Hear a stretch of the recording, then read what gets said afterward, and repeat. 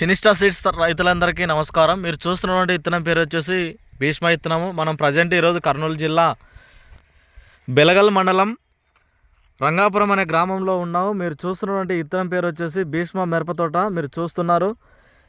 చూడడానికి వచ్చేసి మనకు ప్రజెంట్ ఇది వచ్చేసి తోట వచ్చేసి 65 రోజుల పైర. ఇది చూడండి, కాపు విషయానికి వస్తే మనకు ఏ విధంగా ఉందో, చిక్కడి కాపు మంచి బేరింగ్తో ఉంది. అలాగే పక్కన కూడా వేరే రకాలు కూడా వేయడం జరిగింది రైతులు. చూడండి, కాపు విషయానికి వస్తే చిక్కడి కాపు మనకి కనిపిస్తుంది. అలాగే రైతులు ముఖ్యంగా గమనించాల్సిన విషయం ఏంటంటే, పక్కన కూడా వేరే రకాలు కూడా ఉన్నాయి మన తోట పక్కన.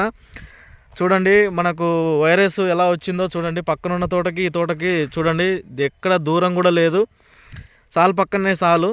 ఈ భీష్మ బోర్డు అయితే కనిపిస్తున్నటువంటి విత్తనం అయితే భీష్మ మనకి ఈ విధంగా ఉంది. అలాగే సేమ్ కూడా రైతు ఒకటే రోజు వేసినాడు పక్కనున్న వెరైటీ హైబ్రిడ్.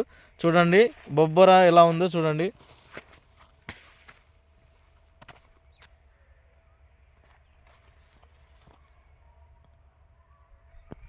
ఈ విధంగా ఉంది. అలాగే మన తోటలో కూడా భీష్మ తోటలో కూడా చూద్దాము, ఎక్కడైనా కానీ బొబ్బర అనేది కనిపిస్తుందో మీరే గమనించాలి రైతులందరూ కూడా. అలాగే ఇది తోట వచ్చేసి చిన్న వీరన్న అనే రైతు వేయడం జరిగింది రంగాపుర గ్రామంలో.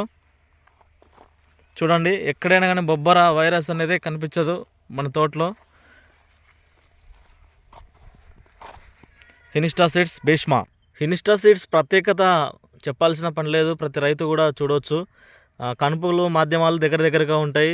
అలాగే గాలి ద్వారా సోకే వైరస్ కానీ జెమినీ వైరస్ లాంటి నీటి ద్వారా సంక్రమించే ఈ జాతులను సక్రమంగా తట్టుకొని రైతుకు మేలుకరంగా దిగుబడులు ఇచ్చే రకం హినిస్టా సీడ్స్ భీష్మ.